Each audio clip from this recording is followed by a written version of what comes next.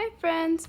So I just got this book in the mail recently, and so I just wanted to do a quick first impressions and a little flip through and a little bit of a tip that you might be able to find helpful if you also get this book. So this is Watercolor Success in 4 Steps by Marina Bakasova, which I guess she's on Instagram. Never heard of her before, but I saw this book as a recommendation in my Facebook group, Watercolor Product Reviews and Tips. So I'm already starting the flip through. Here we go.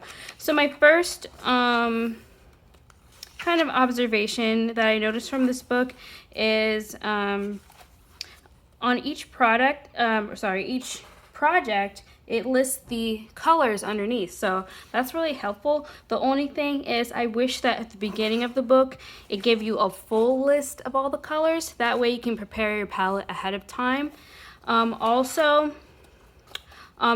She did not mention the brand name for the paints or the pigment colors, the pigment codes, so that can make it kind of hard to match up if you're using a different brand. So keep that in mind. Also, same thing with the paper. She just says to use 140-pound watercolor paper, cold press, but she didn't mention, what brand she used. So there's that.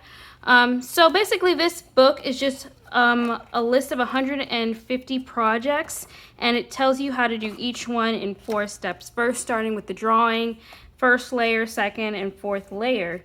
So I thought this could help me out a lot because layering is something that I've always kind of struggled with. I do most of my paintings in just 1 or 2 layers, so I don't always have that enough depth in my paintings. So hopefully this can, going through the motions in this book can probably help me out in doing some paintings on my own.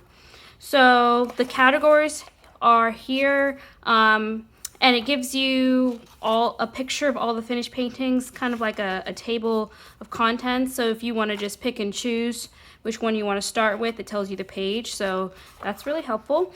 The categories are fruits and vegetables, food and drink, flowers, plants, and the natural world, insects, animals, birds, and sea life, objects, travel, and celebrations.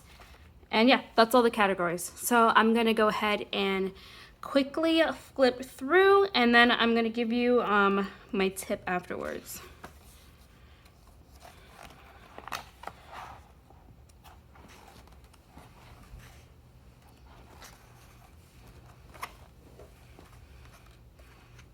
So this is the food section.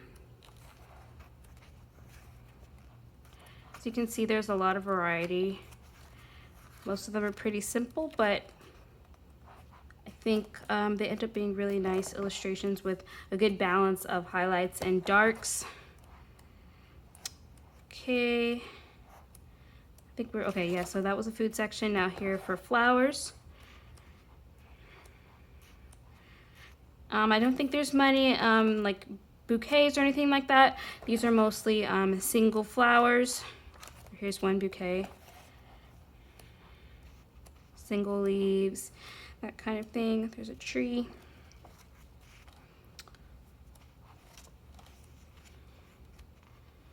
I guess we're moving into animals now. That's something that I pretty much never paint, so that should be fun to try out. Sea life. And now objects.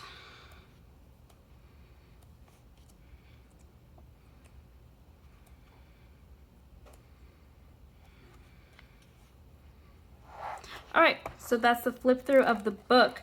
So like I was saying before, as you're going through this book, the color names for each painting are going to be listed underneath.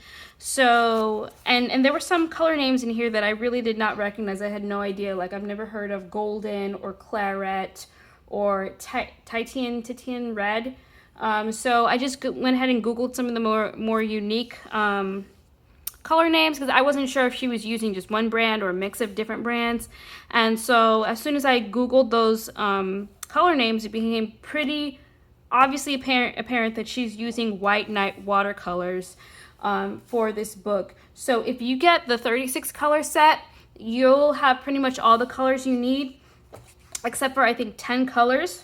So what I'm going to do, and what I did to find this out is I basically went through the book and I listed all the color names. Here's my paper.